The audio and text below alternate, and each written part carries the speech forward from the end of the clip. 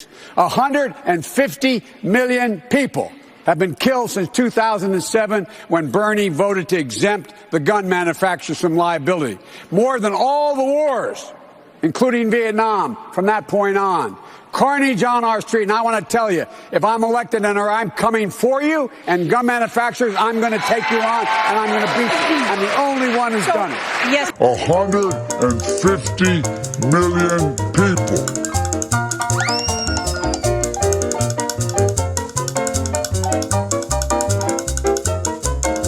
$150 million people. Our kids are getting sent to school, having to hide under desks, learn how to run down corridors to avoid being shot. It's immoral. I'm the only one that's beaten the NRA nationally, and I beat them twice. I made a commitment that I'm going to do everything in my power, in office or out of office, to get those assault weapons off the street, which I've done once already, and to get those clips that have multiple bullets in them not for sale, not be able to sell silencers, all those things.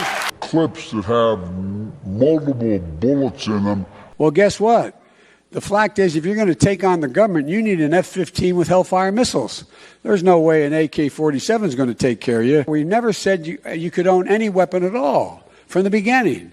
You can't own a machine gun. You can't own a bazooka. You can't own an M1 tank, no matter how much money you have. You can limit the kind of weapons that are able to be owned. If you're going to take on, you're worried about the government coming down, knocking down your door. I now have over 58% of the NRA members acknowledging you can't own an assault weapon. There's no need for it. You can't have a magazine that has more than 10 rounds in it. No one's banning the gun. No one's taking my shotguns.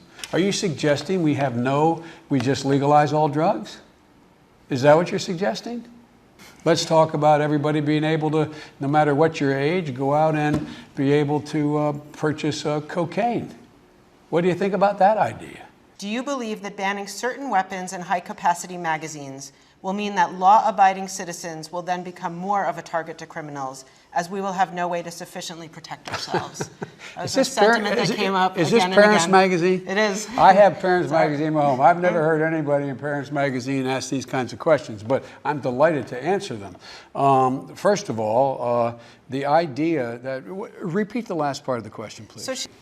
If you want to protect yourself, get a double-barrel shotgun, have the shells, a 12-gauge shotgun, and I promise you, as I told my wife, we live in an area that's wooded and somewhat secluded. I said, Jill, if there's ever a problem, just walk out on the balcony here or walk out, put that double-barrel shotgun and fire 2 blasts outside the house. I promise you, who's ever coming in is not going to... You don't need an AR-15.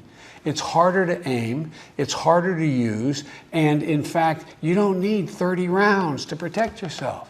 Buy a shotgun. Buy a shotgun.